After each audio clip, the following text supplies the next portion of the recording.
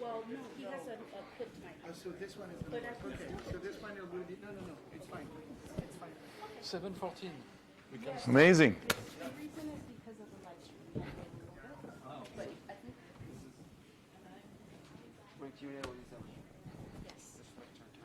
yes. Just make sure you turn it on before you start.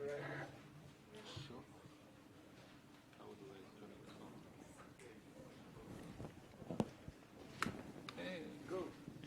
Good evening and welcome to our first game design event. So very excited about that and mostly excited to introduce you to Brent Bushnell, who is one of the most creative people I've ever encountered. Wow, so that's no pressure. Wow.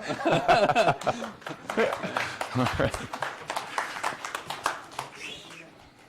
And so I let you talk. Good. I told you it would be a short. Yeah, that was easy. All right. Kevin, we good on your side? Great. Cool, folks. Well, hey, thanks so much for coming out to this tonight, late on a Monday. So definitely appreciate your attention, and to the folks wherever you are. Hello. So I run a circus. It wasn't always like that. It was a little bit of a kind of a ridiculous story. So I'm going to share a little bit of that with you today, and some of the, hopefully some of our learnings along the way that you might have some takeaways. So I'm a trained clown. My co-founder's a clown. We are both also engineers. My background's computer science and electrical engineering. He's a roboticist.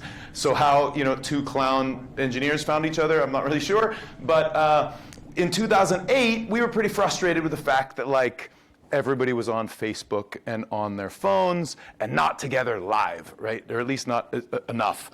And so we really wanted to get people back together again. So we started making lots of different kinds of attractions. And at the time, 2008, the tech was getting really awesome, right? The Kinect had just been hacked, so depth sensing cameras were possible.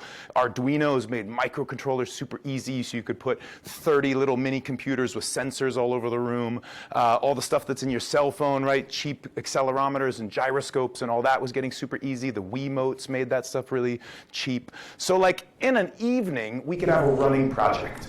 And so we just started throwing lots of stuff against the wall. Because you're kind of muffled. Rooms of laser beams and walls of buttons. This was literally the game of Mission Impossible, right? You had to get through these laser beams and not break them. And so we just wanted people back together again playing live. And so we bring a lot of this stuff to parties and events, and people liked it. Some of it was absolutely terrible, but for the stuff that was fun, we started doing bigger and bigger events, right? Got to the point where we were doing all the entertainment for Amazon's holiday party and Intel conferences and big stuff like that. Along the way, brands and groups started coming to us saying, hey, you guys have been playing with physical stuff. We'd love, help with our own stuff. So this rock band called, we ended up making a music video for OK Go, a huge monster, machine, Rube Goldberg, smashing, televisions and dropping pianos. Got us into a little bit of the kind of big spectacle stunt business. Chevy wanted to launch a car, so we launched it off a tower of shipping containers. Dropped it, bungee jumped it into a little kiddie pool, and just the little nose went in the kiddie pool. Nobody got hurt, which was awesome. Made a cloud that rains tequila So the Mexican Board of Tourism wanted to appeal to the people of Germany. So in the middle of winter, when it's raining and snowing and terrible, they had us install this cloud that rains tequila, saying, hey, it's raining here, but it's raining tequila in Mexico. We ended up winning a fun advertising award, a Cannes Lion for that, which was really surprising. So we're throwing all this stuff against the wall, right? Trying to turn into a real business, trying to, sort of see what's here, right? What is this place that we're playing in? And the thing that Eric and I really loved was Michael Douglas in The Game, right? This movie where rather than playing a video game controlled with your thumbs, like Michael Douglas was involved in this worldwide game, right, that was in real life. And he gets buried alive in Mexico, and he's chased by people all around San Francisco. There's this wild ride. And if you haven't seen this movie, it stands up. It's definitely worth seeing. And there were kind of two things that were really cool about that. One, who doesn't want to be like James Bond in real life, being able to sort of really be engaged and having to use all your faculties to solve problems and do interesting stuff. The other one was, and it's not too much of a spoiler, he ends up really changed as a result, right? After this big game that he goes through, that he as a person, really has some important, kind of takeaways and learnings from it. So we really thought that there was something powerful about that, and we wanted to be in that world. Maybe not buried alive in Mexico, but a game that involved all of our faculties. If you've seen Westworld, a little bit of the same thing. It's actually, I don't know if you know, the TV show was modeled on a 70s movie with Yul Brynner. There wasn't just Westworld, there was Roman world and medieval world. You got to go to this amusement park and sort of engage in all these different lands where you got to now be a knight, in a jousting match or whatnot. But again, you save having to put your life on the line. So we really love both those things.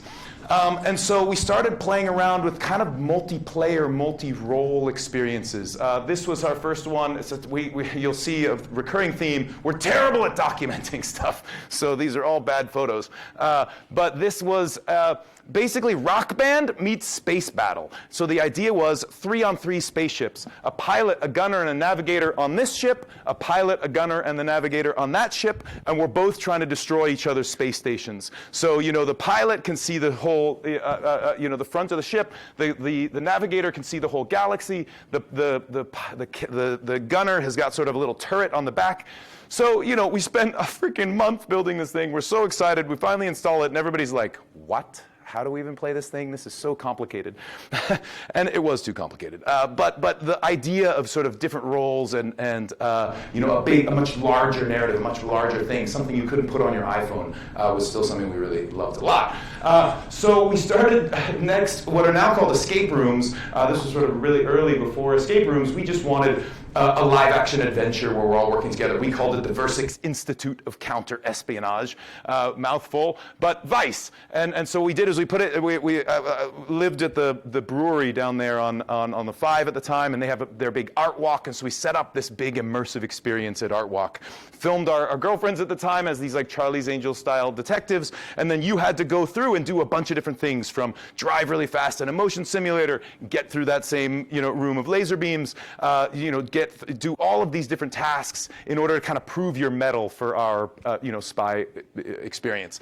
The part that was really fascinating was we so struggled with what to call this thing, right? Escape rooms didn't exist, so we were like, well, it's an immersive spy adventure that's sort of like a video game and a movie and a scavenger hunt, but you do it at a physical location. And this concept of going to a physical location for something was something that was so sort of outside of people's expectation. If you weren't like going to a movie or going bowling, the idea that there was this other kind of thing was something we were really struggling to try to describe to people.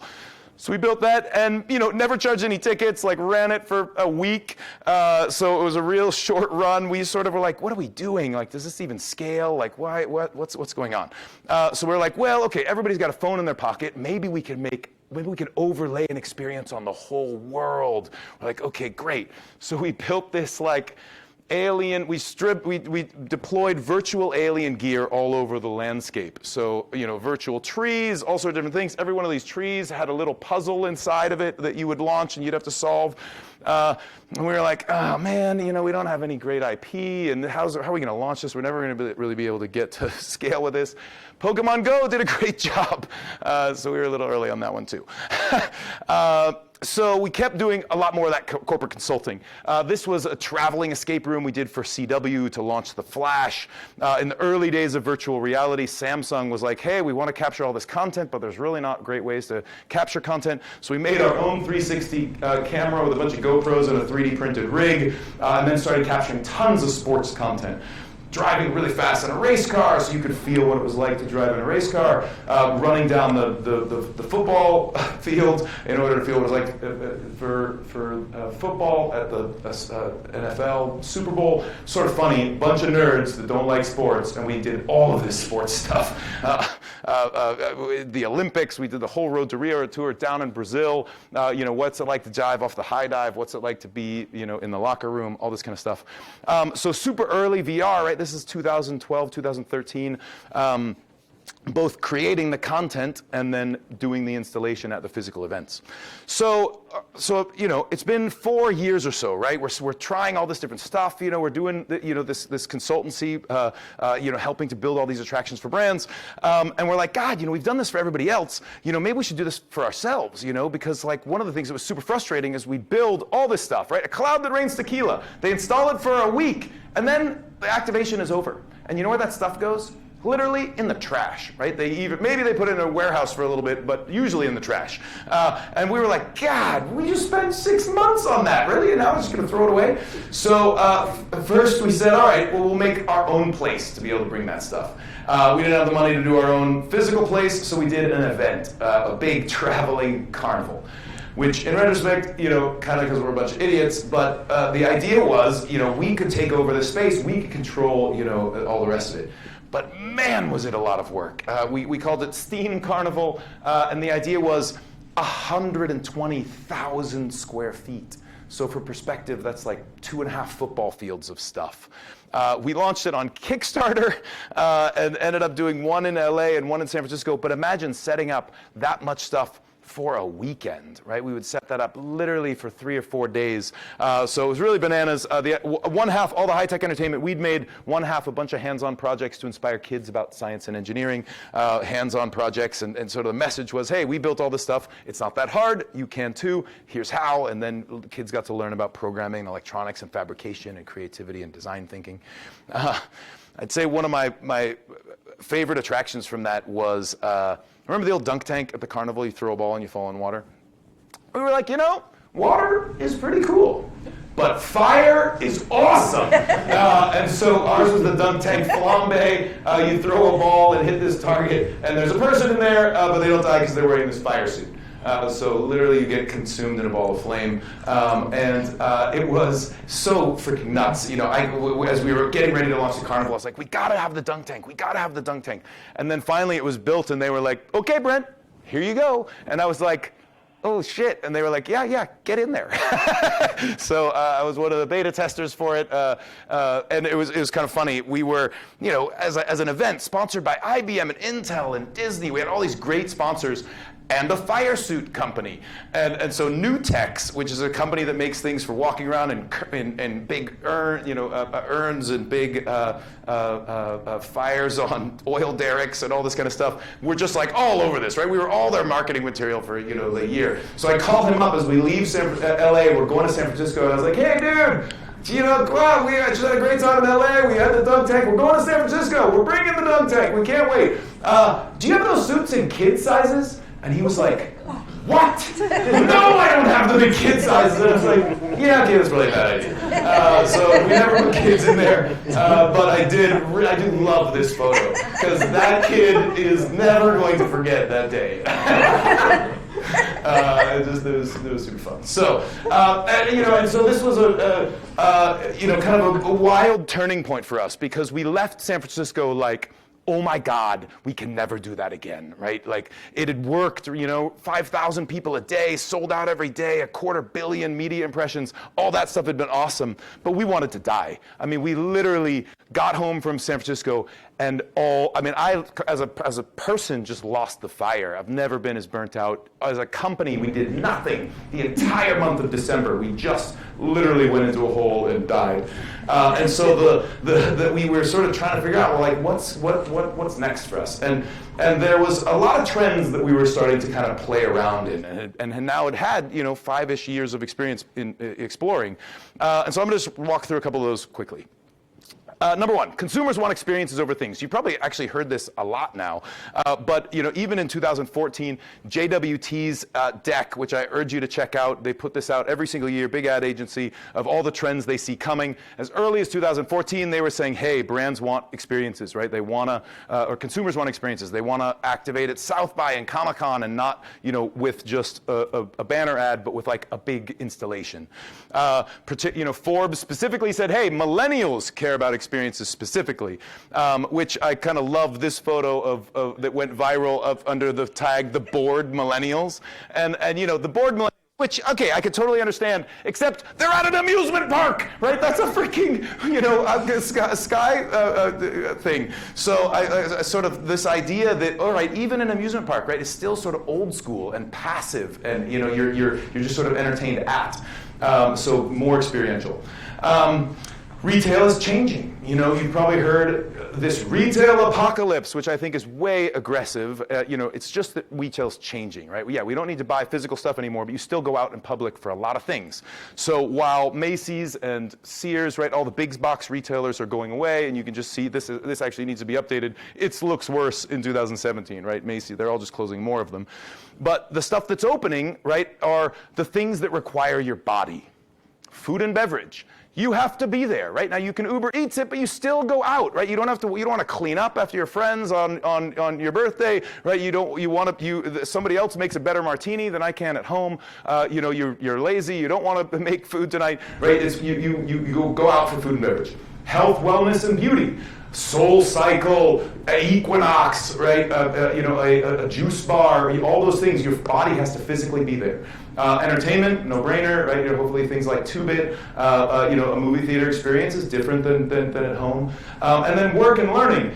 Sadly, WeWork, is having their struggles, but the entire class of co-working spaces is working, right? That's a really powerful place to be able to go. And I actually think there's a real gap in the learning space. I think the opportunity for like a micro-university, something that is 2, 5, 10,000 square feet that you could put in 200 cities across the country is a real, there's a thing there. Okay, and then engagement is interactive, and this one I find to be super interesting, because if you kind of look at the broad arc of entertainment's evolution, a book, you're a passive observer and you are doing all the imagining. A movie, some of the imagining has been done for you. It's over there, and you're still a passive observer. Video game, you get some control, maybe with your thumbs, over that screen over there. Maybe if it's a Wii or a Kinect, you can kind of dance around in front of it, but you're still kind of tethered to this screen. VR, really getting awesome, right? You can put on a headset, and you've got dynamic control of the camera angle, and if you've got lots of sensors, you can move around in the space, getting really cool.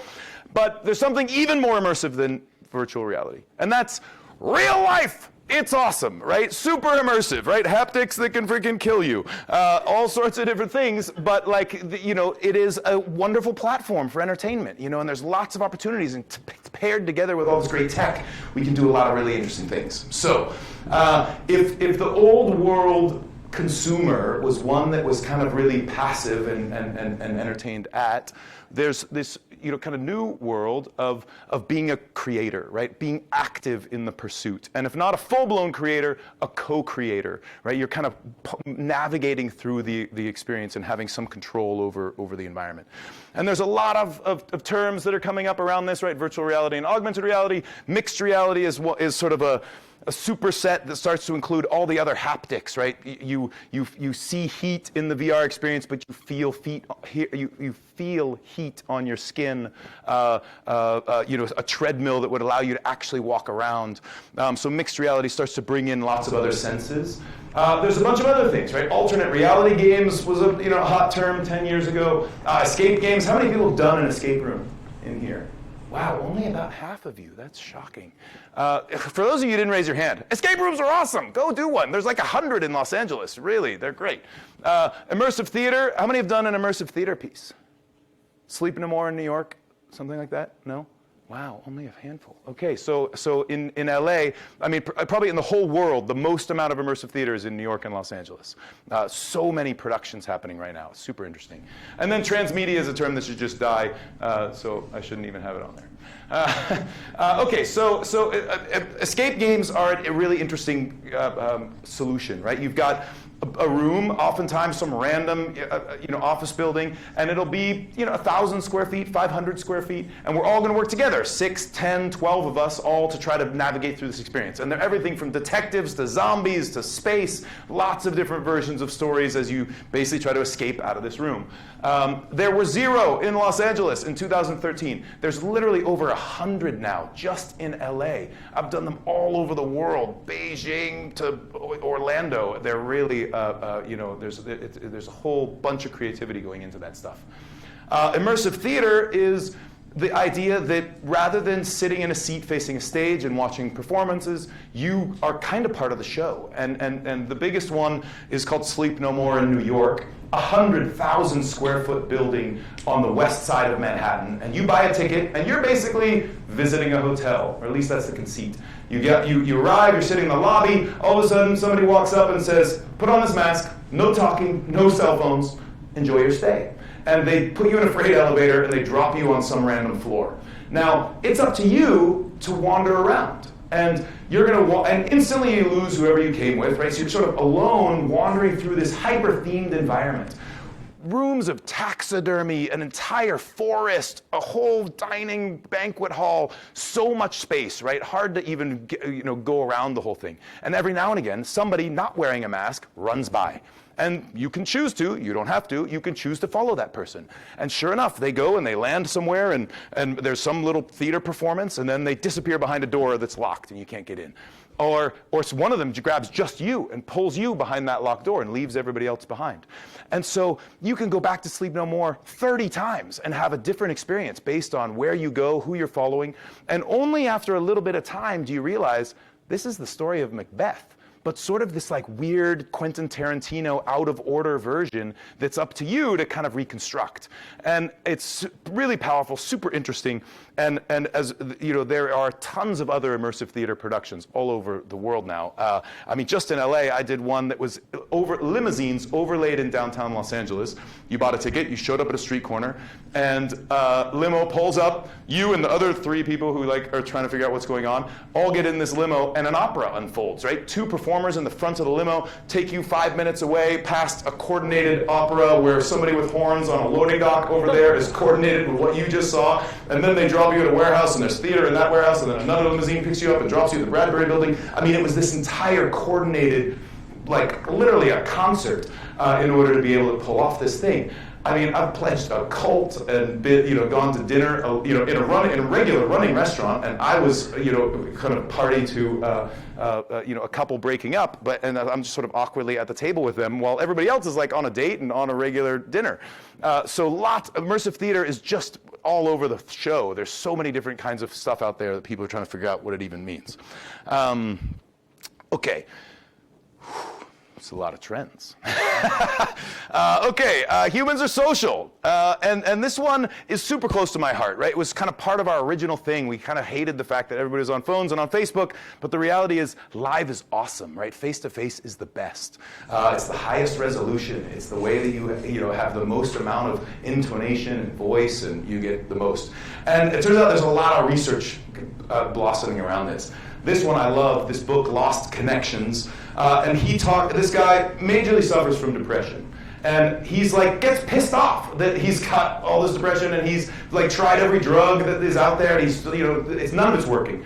So he starts doing all this research and it turns out the best thing, right? The best thing for his depression, to have friends. and he found it across all kinds of research that, the drugs, all the rest of the stuff, everything he was being told, the most valuable thing was just having personal contacts. And there's this interesting thing, the blue zones, where they found people who were living above 100, looked at all the commonalities, and there was 10, 20 blue zones across the country. And one of the fundamental similarities across all of them was tight social networks, right? They all had tight communities. This one is amazing. The magnitude of the effect of social relationships on mortality is comparable to quitting smoking. Now think about the amount of airplay that smoking gets in our society. You can't do it here, you can't do it over there, huge Surgeon General warning, all this stuff.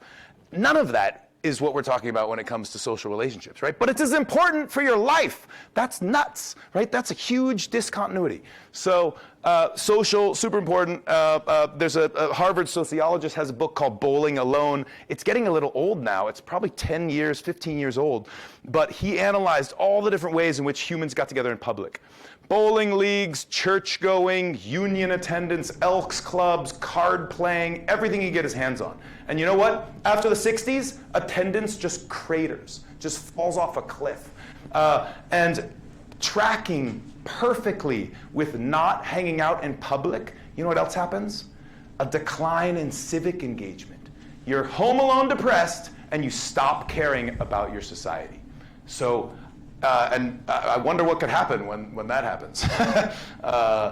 But we're watching it in slow motion right now.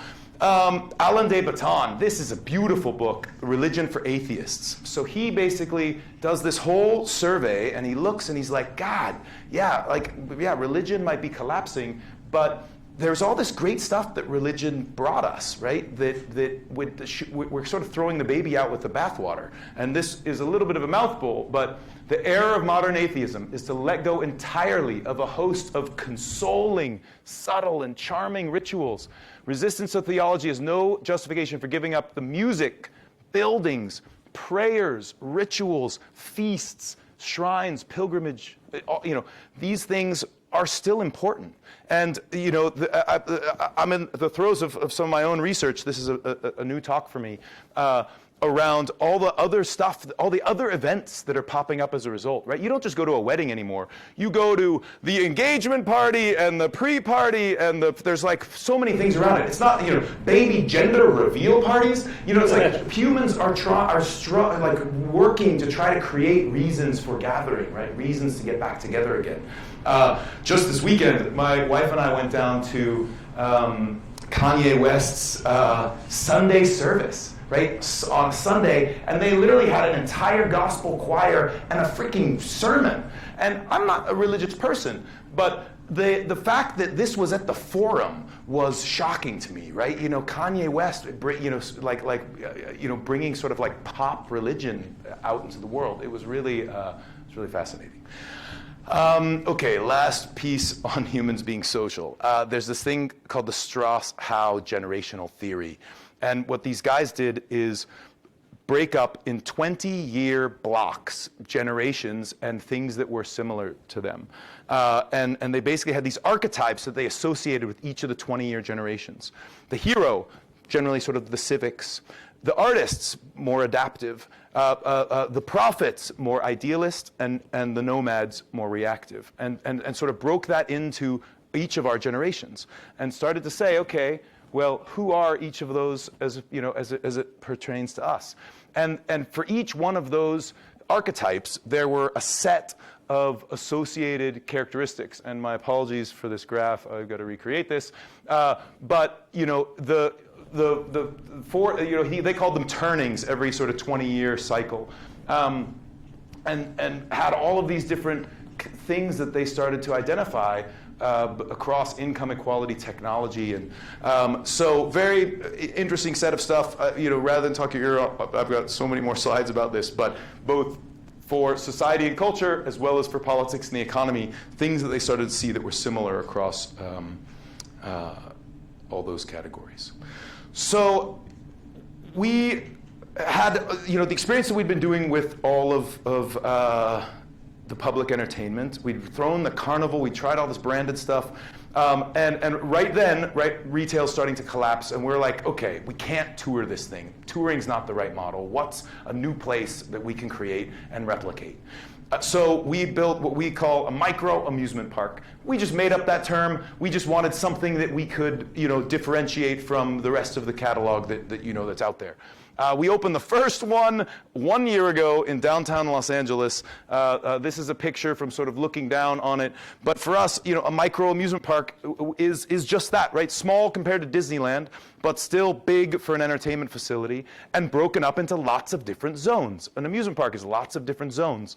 And so we have a carnival midway, a whole reimagined arcade, what we call story rooms, our version of escape rooms, 100-seat interactive game show theater, full restaurant, full bar, and a robot bartender.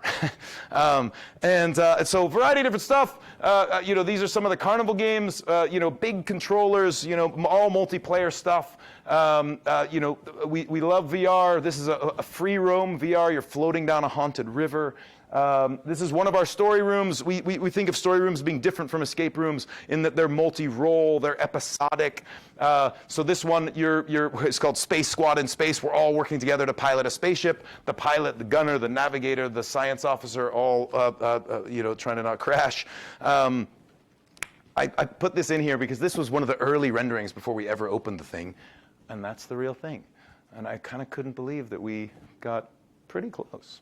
Although I really did love this game with the riding on the things we had to throw out for safety reasons, which... and this is the robot bartender, and there's the real thing. Again, it's certain things that had to get cut for reality's sake, but getting close. Interactive theater, touchscreens on every table, facing a big stage. You can all interact, pull people up on stage. So we think of this thing as like a big platform, right? In the way that a movie theater is a platform. Movie theater, you invest in projectors and seats, and you can change the content. And you've got kind of all of Hollywood out there making content for your exhibition. We think of ours as that for interactive. So we work with game companies to adapt their stuff for public. So that it allows us to do learning programs in the morning, corporate team building in the afternoon, esports and adult and whatever, late at night. Okay, one more trend, impact. And this is another one that I'm really thrilled to see starting to really kind of take root, is that it's not enough to just like sell a thing anymore, but people are looking for an alignment of their values, right? They want to, you as a consumer hopefully are looking for brands that are doing good in the world, and it seems that is starting to really take root in a general way. And I really look at entertainment as like a prototyping landscape, right? Entertainment is a great way to prototype because worst case, you didn't have fun, right? But certain kinds of new technologies and new approaches can stop first with entertainment to get it right, and then it can graduate to enterprise and education and things that are sort of more mission critical. But if you start in those other things, maybe it's not ready, it's not there. But VR is a great example. We're finally sort of coming into our own in VR as a society, in that we can put it all over the place. Right? The biggest deployment in the whole world of VR right now, corporate training for Walmart. Right? You headsets, you get the most immersive version in order to be able to do this. And now we're starting to see it all over the place in medicine and this is a dementia solution, both used for the patient as well as caregivers to be able to empathize with the patient. There's a gym just opened in San Francisco that uses VR on top of the experiences.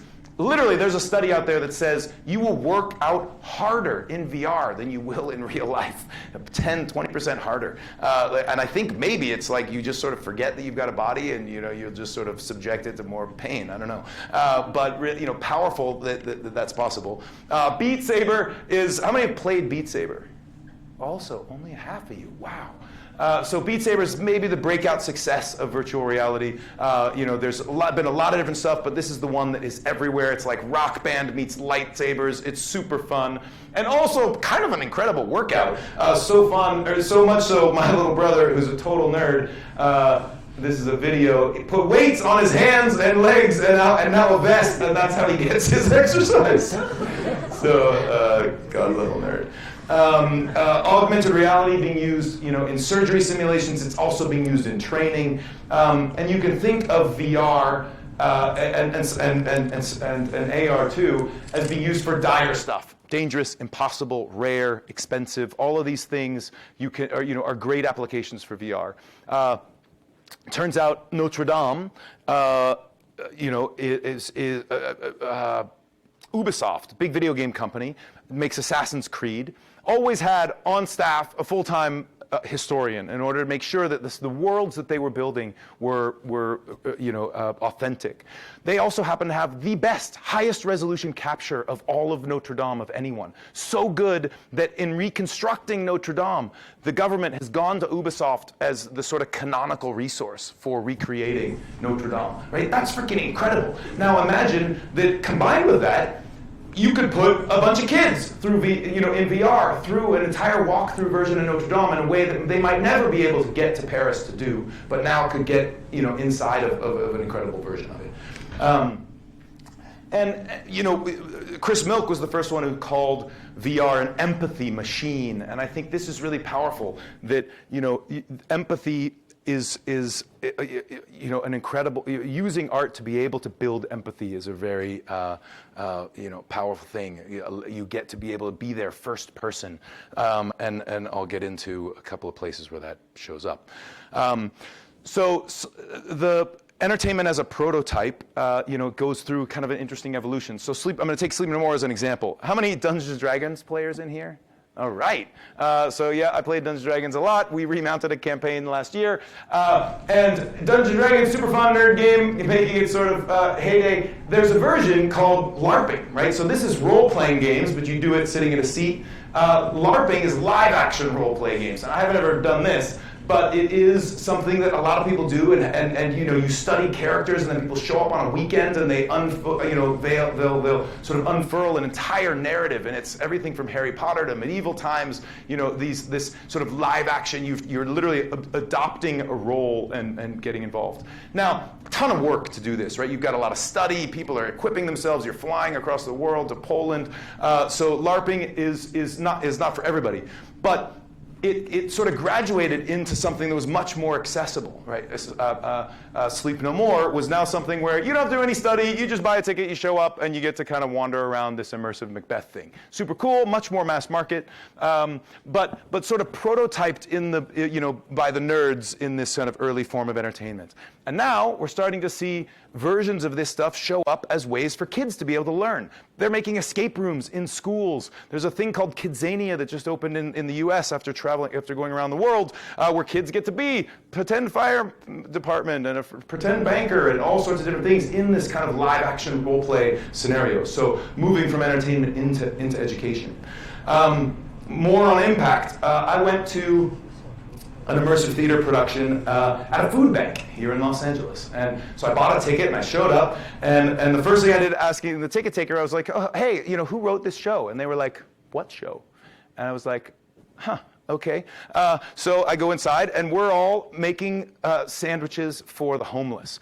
And we're making our sandwiches, and we're decorating bags, and we're putting the bag lunch together, and all the while, these, the other volunteers were sort of like, had a whole show, and they were dancing and singing and talking all about homelessness in LA, and this very engaging, coordinated show. And at the end, they finally broke character and bowed and kind of admitted that there was a show, and yeah, there'd been a writer and all this kind of stuff. But over the course of it, we made real sandwiches for the homeless and sat there and really learned about what it meant to be homeless in Los Angeles. And all of those sandwiches went to a real food bank after we were done. And so I guess this was entertainment, but it was also evangelism, and they'd turned us into evangelists, right? We had sat there in a learning experience, doing a tiny little thing about the problem, but also really, learning a lot about it. I mean, that's really powerful. Just recently at LACMA was Carne y Arena. This is Iñárritu's piece, where they had an entire free roam VR environment, huge environment. And it's super hard to get a ticket. You finally get in there, you wait in line, you are dropped into this room, super cold room, shoes everywhere, and you're asked to take your shoes off. You take your shoes off, your socks off, you put them in this little thing, you're just sort of waiting in this really cold room until a buzzer goes off, and you finally are walked into this now really dark room, and you're barefoot, and you're in the dirt. You walk to the center of the room, they put this VR headset on you, and you're instantly at the border between the US and Mexico, and a family is running across the border. And you've got the uncle and mom and dad and the kids. You can't quite really tell, but they're racing across the border right as Border Patrol pulls up. Dogs, people with guns, monster. And I mean, I'm getting goosebumps just telling you about it right now, right? And you watch as they get arrested and taken down, and the uncle runs off that way, and the kids are behind the bushes and all this stuff, and you are right there, first person. I literally take the headset off and I'm bawling. And then you go next door, and now you have this opportunity to kind of learn about all the people that you just watched. Now, sure, you could read an article, a headline, you could watch a movie, but I was there, right? I was right in the middle of that scene. I mean, it was the most impactful form of message conveyance I've ever experienced. You know, so the opportunity here is so incredible. I got ahead of myself, but they're using escape rooms for learning. There's a great nonprofit in New York called Games for Change. They work with kids, teaching them how to make their own games, but the games are all focused on impact. Again, sort of taking game design principles in order to be able to get kids excited about this stuff. We have our own nonprofit foundation. We set up a number of years ago. We've acquired 3 nonprofits since then. We deploy learning programs into schools. We're in half the schools of Los Angeles, and now 80 countries, which I kind of can't believe it happened that fast. But we basically deploy professional development for the teachers. We aggregate a bunch of clean waste from companies and package it up as art supplies for the schools. Deploy the physical tools, the stuff that the kids can share between projects, and then show them how to throw their own events. So think of it as like a complete alternative to the science fair. Kids learn through play and games how to make their own games and then throw their own carnival. So it's more fun than a science fair, but they're still learning fundamentals of electronics and programming and whatever. This is our warehouse in Gardena, tons of physical bins of materials and you know, extra boxes from See's Candy after Valentine's Day and whatnot. Incidentally, are we doing all right on time? Yeah, okay, good. Up next, so there's a lot of, you know, there's still a lot of cool stuff that is simmering, right? We're only sort of just right at the great place with VR, but there's a bunch of other cool tech coming online. Seamless augmented reality, better haptics, right? Haptics are the physical stuff, you know, your body feeling heat or cold if you're in a cold or a hot environment virtually. Your ability to feel gravity, right? One of the huge problems with VR right now is if you are moving the camera really fast, like driving, or even in like a Super Mario simulator, frankly, so many different kinds of games, walking around, any sort of movement, if your body doesn't feel movement, you get nauseous, which has been a major limiter for VR. So better haptics is starting to fix that. Brain interfaces, which is actually happening. Personalized interfaces, persistent worlds. So the AR one, I just want to show you, this is a great video. I urge you to watch the whole thing. Keiichi Matsuda did this sort of dystopian view of what AR could look like in the future. This is partway through. The person is having their headset reboot from her perspective. So you'll see there's the fiducials on there now. The headset comes back online, and you've got advertisements. Hola Juliana, She's on. me alegra verte. Hoy te ves hermoso. ¿Estás estrenando zapatos?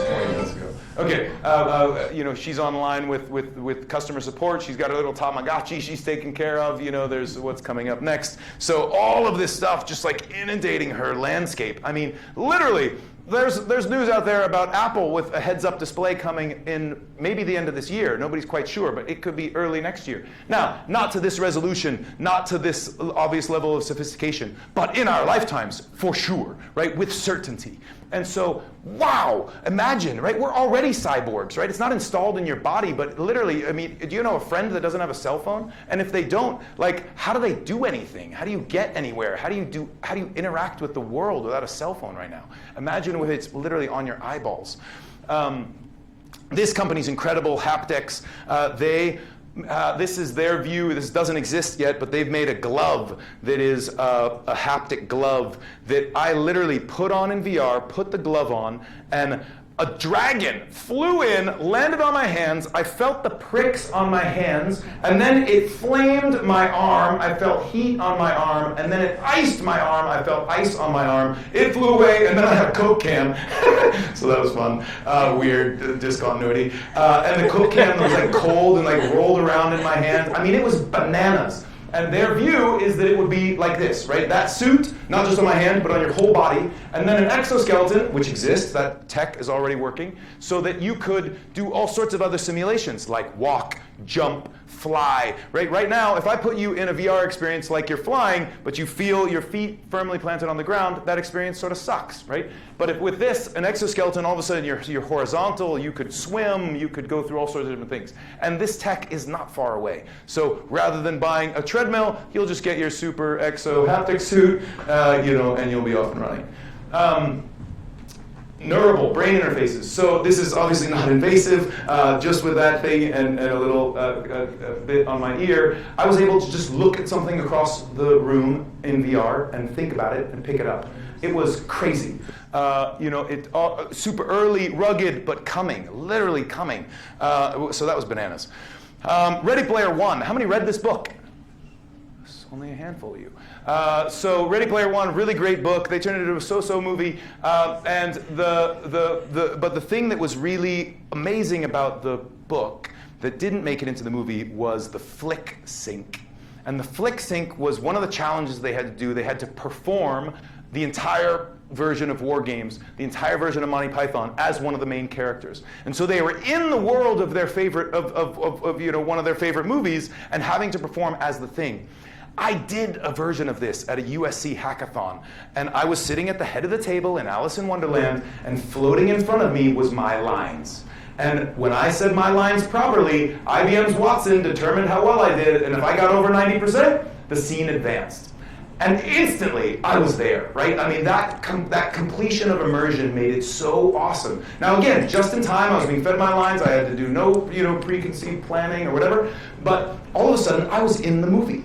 And this is also just right around the corner. Intel down here in Los Angeles has a 360 volumetric capture stage. So not 2D video, volumetric video. If I had a volumetric video of this room, I could, 100 years from now, come back into this scene and walk around and sit at that stage, sit in those seats, and be able to, time travel effectively back into that world. So imagine it, as movies unfold and are captured in higher and higher resolution from more and more cameras, the immersive version of your favorite movie, so that you're right there at the climax of the Harry Potter or whatever, 75, you're able to, be part of the show. Computational media, a lot of this stuff is starting to get, real attention. So, backing up to immersive theater, one of the things that's so powerful about it are some of those one-on-one actor experiences. You get to sit there one-on-one with the actor, and they respond to you. They're a human right there, able to respond to you, and you're able to prod them, which is super cool and powerful and doesn't scale very well, right? You can't do that for 1,000 people or 10,000 people like you can a rock concert. But as virtual avatars get better, conversational agents get better, robots like freaking Sophie get better. All of a sudden you can start to put people in those kinds of immersive environments, right? Allow them to have a one-on-one with an actor, a one-on-one with a personality, so that in this new learning experience, in this new training simulation, you're now able to be really part of the show. I just love this Instagram post. Siri on her way to the unemployment office after seeing that video of Sophia the robot. I thought that was awesome. So, I bring all of this stuff up, to say that it's like super early days for this category, right? Immersive entertainment is in its most nascent moment. And if we were talking about movies, it's like 1910 or 1915, right? We are just just have the tech. And somebody was like, dude, we should put audio next to the video. What do you think? Right? Those are the innovations that are happening in immersive entertainment right now. And they're just starting to figure out, like, we have video super well defined, right? It can be really short, it can be 2 hours, it can be episodic, and we had all sorts of innovation from Quentin Tarantino and the like, coming up with fast cuts and long shots and all these different kinds of things. The language of storytelling in film.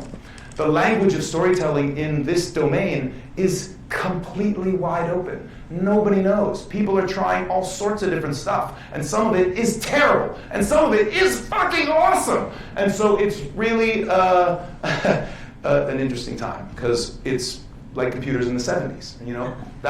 This guy's like, hey, is a stylus the way I should do this? I don't really know. People in the explosion of creativity in the 70s on what it meant to be a computer was so much more than now, right? We kind of standardized. It's like a keyboard and a mouse and Windows on a display. And if you're using a Mac or a Windows, it's all kind of the same stuff. Save and file structures, all that stuff is kind of well standardized. Back here, no idea, right? It was all over the map. Okay, in the last little bit, I just have a few things on kind of what we use at 2-Bit to stay creative and how we kind of approach things in general. Creativity is a muscle, just like your bicep. So we really, I really firmly believe it's something you have to be proactive in cultivating, right? Creativity is something you work at, and it goes away if you don't keep working at it. The first one I love is random input. Right? You just gotta expose yourself to tons of things, right? As much different stuff as you possibly can, and really, make a practice of new and weird and different. Because the more different kind of new stuff that you expose yourself to, the more of a deep well that you have to draw on when it's time to be creative, when it's time to come up with a new idea, right? You're iterating, evolving, and tweaking things that you've seen. It's only going to be your own life experience you're pulling from, right? You're the one having the creative episode. And so, some random ones I like. Go conference crashing. Just go to weird conferences that have nothing to do with your life. I've been to the packaging convention, to the neuroscience convention, to the auto salvage convention, which was really quite boring. There's lots of conventions for everything. And the next time you're in Vegas, ask the cabbie for their list of conferences. They all have one. And because they need to know where they need to bring their cars, because different conferences are going to have different, gluts of people at different hotels. And so you'll be there for like CES or whatever, and there'll be like 25 other conferences, from medical device delivery to, different kinds of tape. But each of those industries is sort of represented in its most current form at those events. And so what happens is you see something weird at the packaging convention, and then you're somewhere else, and you're asked to come up with something creative, and an innovation from one place intersected with your current conditions is a creative moment. I also love this quote from Madeleine Engel. She says, "Inspiration comes during work, not before it." And that's a really powerful thing, because you can really easily sit on the couch and hope for a light bulb moment, but you only really come up with the thing when you're actively engaged in something. And then you're like, oh my God, this is dumb. I can't believe people have done it like this. I've got a better way. Or maybe if we tweak this thing. And you're probably wrong with whatever your hypothesis is, but engaging in the process and continuing to evolve is going to be where the innovation comes. I love, wow, these slides are a little out of order.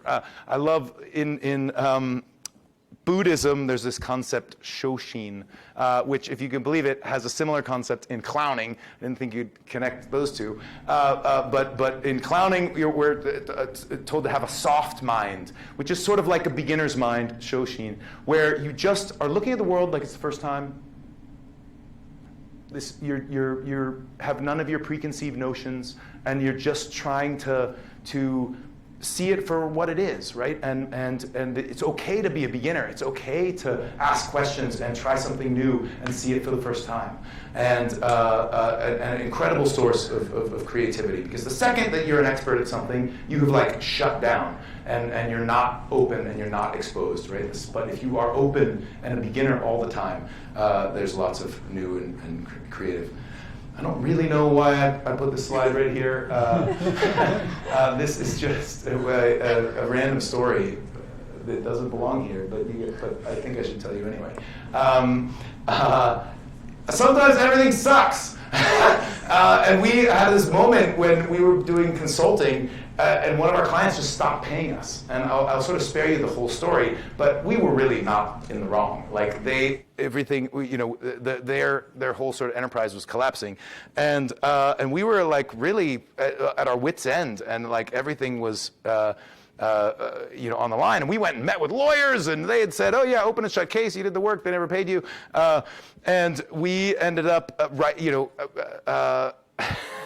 in this situation. We were like, God, we can't. They're not. If we go to these lawyers, they're not going to pay us for 2 years. We don't have 2 weeks, and so we ended up writing this really nice letter, and we etched it on a slab of marble, and we FedExed it to our client, and using the very last dollars that we had, we ended up getting paid, but it was sort of interesting because there was no way they were going to read our email, but somehow this sort of stone tablet was sort of irrefutable. Random sidebar. So if random input has been the way that you've sort of filled the top of your funnel, right? Lots and lots of exposure to lots of different things. Reflection is the opposite, right? Nothing, right? No exposure. To let your brain do its magic, right? Your brain is this incredible parallel processing supercomputer. Let it find weird connections between things.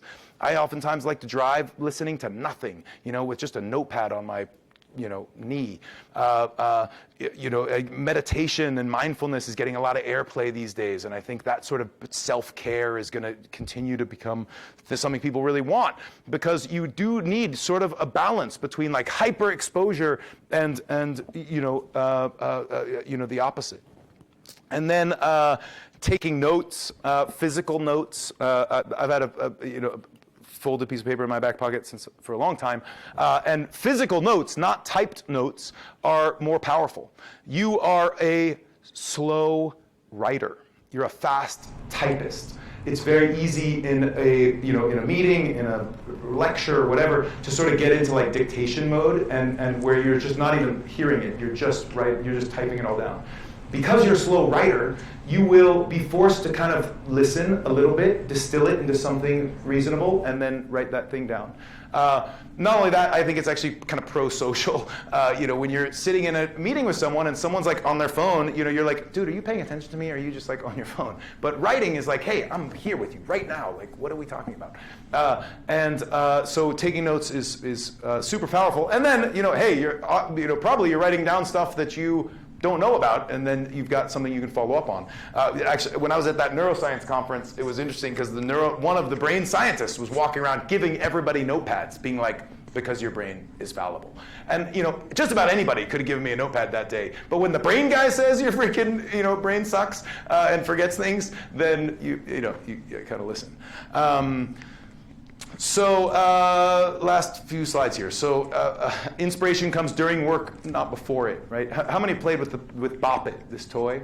Wow, the most of the whole night. Okay, awesome. So this great toy, super fun, right? Simon Says sort of kind of thing. The guy who made this literally set out to make a remote control for TVs. And he was like, dude, it could be a pizza. And the TV companies were like, we don't care. He's like, okay, it's like a football. And they were like, no, still don't care.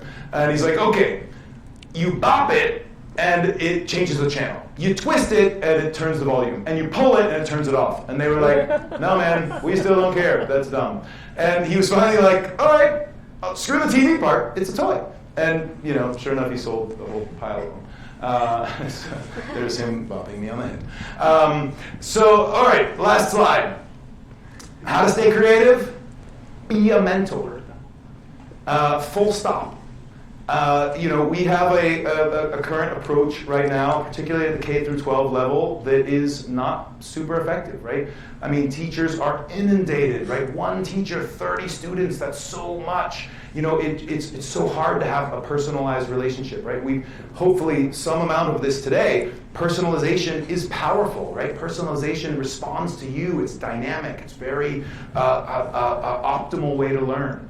And so being a mentor is an incredibly rewarding and wonderful thing, and obviously it's great for the student, but it's great for you. You will get oxytocin from being a mentor, and if you don't believe me, just go to a room where mentorship happens and just be in the room, and you'll get oxytocin from that too. We got mirror neurons. You watch something happening to somebody else, and it'll affect you also. That's all I got. Thanks, folks.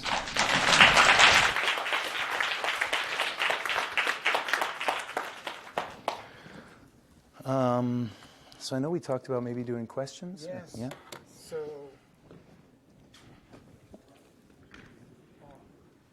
So we're going to go into a Q&A for anybody who wants to ask Brent after that hyper exposure.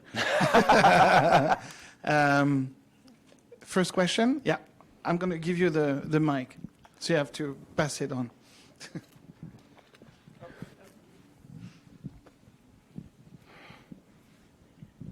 So I'm not sure what like the technical terms are for any of this, but after watching movies and reading books like Ready Player One, you kind of see like the pros and cons to like that kind of technology. Do you see any of those? Yeah, I think that's a really good observation. Like everything, too much can be bad, and I hope this doesn't come off as advocating for like an entire life in VR. These things can be applied towards learning the violin and learning how to make a bomb. And so it really depends on the messenger. I think there's, these are a set of tools that could be applied for lots of stuff. And my hope is that it'll be good stuff. And then, and for the human, not any one of these things is a panacea. That you could use them in, lots of different contexts, and a lot of the stuff is very context dependent. A phone is super portable and scalable, but not that immersive. A full body, free roam, environmental effects, haptic experience with VR headsets and 20 people is amazing and super immersive, and you can only do that, in a handful of places on the planet. And so they're both valuable in different contexts, and hopefully you get both. Does that answer your question, sort of? Yeah. Sure. Behind you, it looks like. I wanted to ask, before you started this whole thing, what were your, mentors or kind of inspiration to start it? What kind of books did you read? Yeah. I should have mentioned this earlier. I urge you all to have a board of advisors. And so this is sort of an extension to your question in that, I definitely had, people that I looked up to and books that I loved. But some of those, I can't hang out with Walt Disney, which is a bummer because I love that guy. So I think it's good to be able to, through literature and whatnot, be able to learn about other people's life experience. But then a board of advisors, that are still alive that you can query, is also super powerful. And you'll be surprised at the kinds of people that will say yes to, being able to meet with you regularly and be able to be a mentor. And those board advisors can advise on different topics. I have a military advisor, not because I'm ever going to war, but when we decided to do that marble tablet, he's the one I called, you know, and I was like, dude, like, they're not paying us. Like, I think we kind of got to go to war. Like, I don't know what's going on. You know, and he was like, yeah, you know, the CEO doesn't know this is happening. And so that was where the marble tablet came from. So we like wanted to make sure that he was going to read our message, but we didn't think he'd read an email. And so I do think that like a set of advisors is super powerful. And they can be lots of different contexts. You know, you could have an advisor, you know, if you care about fashion, you could make sure to have a fashion advisor, but you might also want to know a retail advisor who's going to, you know, not necessarily fashion specific, but understands a different domain that might be orthogonal to the thing that you care about. And this is such a long way and a circular way to answer your question. You know, other, you know, like books that I loved Siddhartha, Hermann Hesse Siddhartha. I love sci-fi a lot. Like, sci-fi is awesome. And it's really, you know, true sci-fi is science fiction. Most of the old, you know, the sci-fi greats were scientists, right? And so they were basically projecting what the world could look like, good or bad. And there's a kind of structure that I've heard repeated, that sci-fi authors would sort of take the opposite of the prevailing social, you know, sort of context at the time. If everybody's like optimistic and la-li-da, they take a very pessimistic dystopian view and say, hey guys, keep, you know, stay vigilant. Things could get terrible if you don't do it like this, you know. And then if things are really terrible, you know, sci-fi can be very optimistic and utopian and wonderful. You know, hey, the world could be amazing.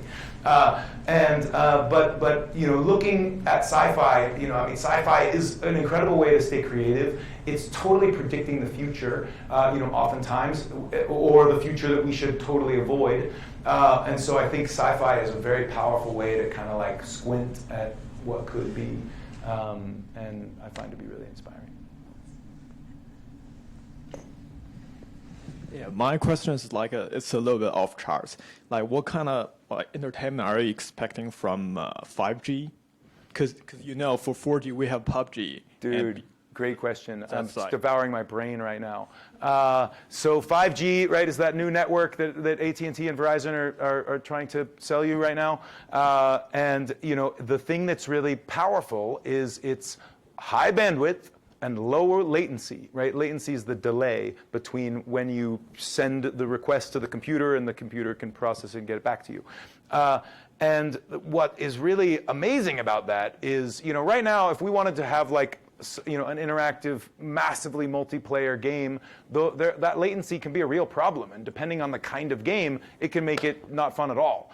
But you know, as we saw, hopefully, lots of, you know, games can be applied to lots of other different kinds of stuff. And you know, the 5G allows you to move the compute into the cloud, but still have, you know, high resolution at the nodes. So you know, everything from coordinated cars, self-driving cars, but if there's a master arbiter of the speed, you could go 150 miles an hour, nose to nose down the 405, you know, and you know, thank God nobody's going to be independently controlling those things, because you want a central system to be sort of coordinating that to make sure that, well, you got to get off at Wilshire, and you're getting off at Santa Monica. We're going to be able to still keep super high speed and do that efficiently. Super interesting. You know, just on an entertainment context, right? Now all of a sudden, you know, being able to have, you know, your trip across town be in the middle of a zombie apocalypse, or traveling through, you know, the Wild West, you know, just going from here to you know, Santa Monica, and you're getting to re-experience what that world might have looked like 200 years ago. You know, if all of your car screens are displays and you've got high bandwidth, you know, to the cloud, all of a sudden, that, you know, that's a whole new entertainment experience, a whole new learning experience, a whole new, you know, moment of time that frankly devours a lot of our attention at this, you know, today, and is arguably wasted sometimes. So I think that's really neat. The hard part about 5G is there's not a lot of things that we can make right now that is like a good demonstration for it. And so it's a little bit of a weird moment because you kind of don't need a 5G phone. It's not going to help a lot. And there's not a lot of places that have the networks deployed. It's sort of super early. It will be incredible, and humanity will be so much better for it. And it's going to be literally the next, kind of compute wave. But it's sort of still a little early.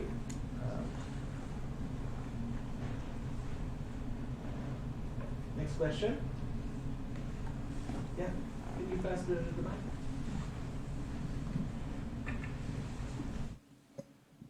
So I just got reminded of these Google glasses that existed like years ago, but they never really took off. So I was just wondering, where do you see VR being applicable to like an average consumer, because those never really became popular? Yeah, it's a good question. Yeah. So just to be pedantic, that was AR, not VR, so augmented reality. And so the difference is VR, your entire visual field is taken up by a screen. I can put you in Alice in Wonderland, you can be the size of a giant and then shrunk down to the size of a pea. I have full control of your visual world. AR is an overlay on my current world. So in addition to looking at a theater, I could put a zombie in every empty seat, right? So you are augmenting your visual field. Now, super early AR, things like Google Glasses, are more of a heads-up display, a HUD. And so for video game people, right, that's all the elements around your screen that show you what kind of life you have left, how much time is left, all the sort of elements of information you need to know in order to play the game. But really the game is the center bits. And so Google Glass was doing a good job of saying, hey, you got a notification on your phone, right? The weather is like 65. It's like tiny bits of information, not zombies in real life. It was really small. And for Google, so they have positioned, it was for them an experiment of like what's this going to look like, right? But it was so early, right? I mean, that tech was so young. Even the next round of I believe like super consumer VR or AR is going to be a lot of heads-up display kind of stuff. You got a notification, you've got a message. Here's the message. It's going to be not adding things. It's going to be information delivery for your eyeballs, but not adding things into the real world. Now, Magic Leap, you've probably heard about, right? Raised stupid amounts of money. That's their view, right? Is adding stuff into the world, right? I now am looking at Minecraft land. I've got Minecraft characters everywhere.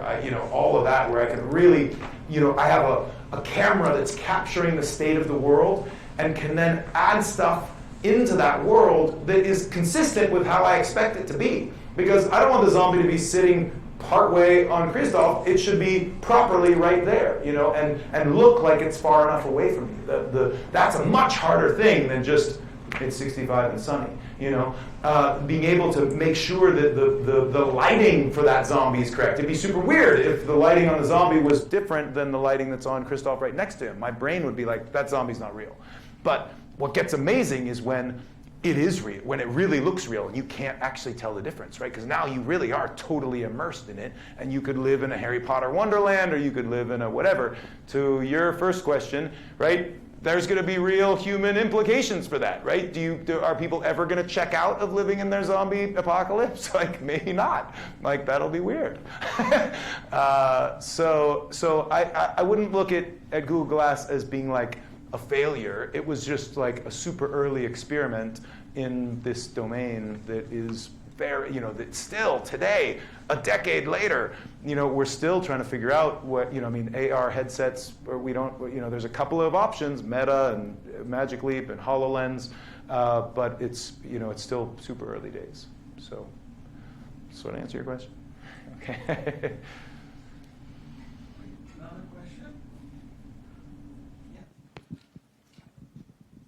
So this one kind of slipped by, but you said when you had a bunch of different terms up on the screen, and you asked, or you said that transmedia was a term that should die.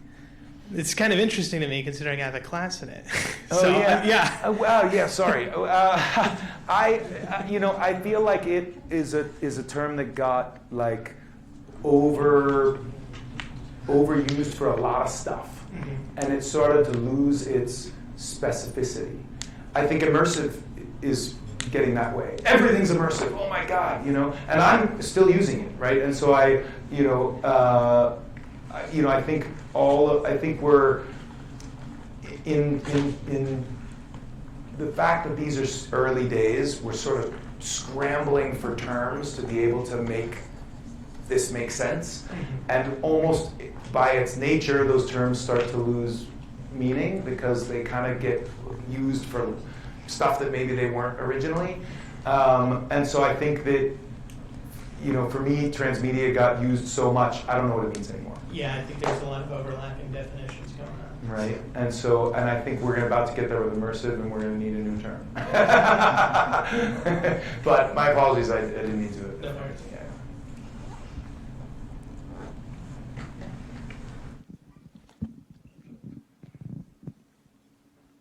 What do you think VR does to the way your brain processes experience? And I'm only asking this because the last couple weeks I spent a lot of time in VR, and I started to have dreams in VR. And so I just thought that was super weird. Yeah. So I just want to know what you think about that. Yeah, I think that's a really good question. And you know, there was a lot of, when VR first came out, right as Facebook had bought Oculus, there was a lot of question around whether kids should be allowed in VR. And there was a big question around, are they going to process this experience and know that it's not real? And nobody really knew the answer. And it was a big problem. I mean, Facebook sent cease and desist letters to everybody that was using the Oculus in public use cases. And it was kind of it was kind of wild because at the time, HTC, you know, those were the only options, HTC and Oculus. And Facebook Oculus sort of ended up the second runner because HTC had all sorts of stuff out in arcades and everywhere, and Oculus didn't. And if you go out to VR in public now, and 95% of the headsets are all going to be HTC. You know, that sort of, is this a real experience or not, was a question that sort of never really got answered. But I think people just sort of moved on and said, actually, it's fine. You know, and kids have gone into it, and we have not seen any problems yet. But you know, it's still, you know, kind of super early days.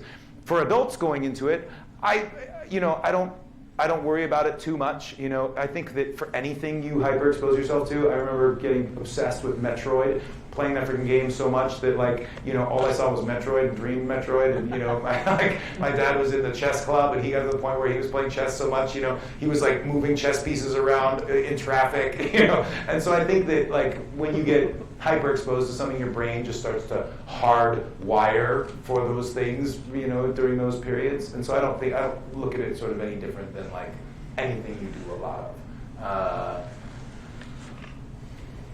But yeah, I don't know if that answers your question.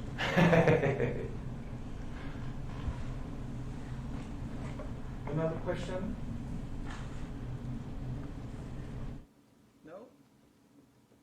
Nobody? We're good? Well, thank you. Cool. Thank you. Thanks, you guys. Yeah.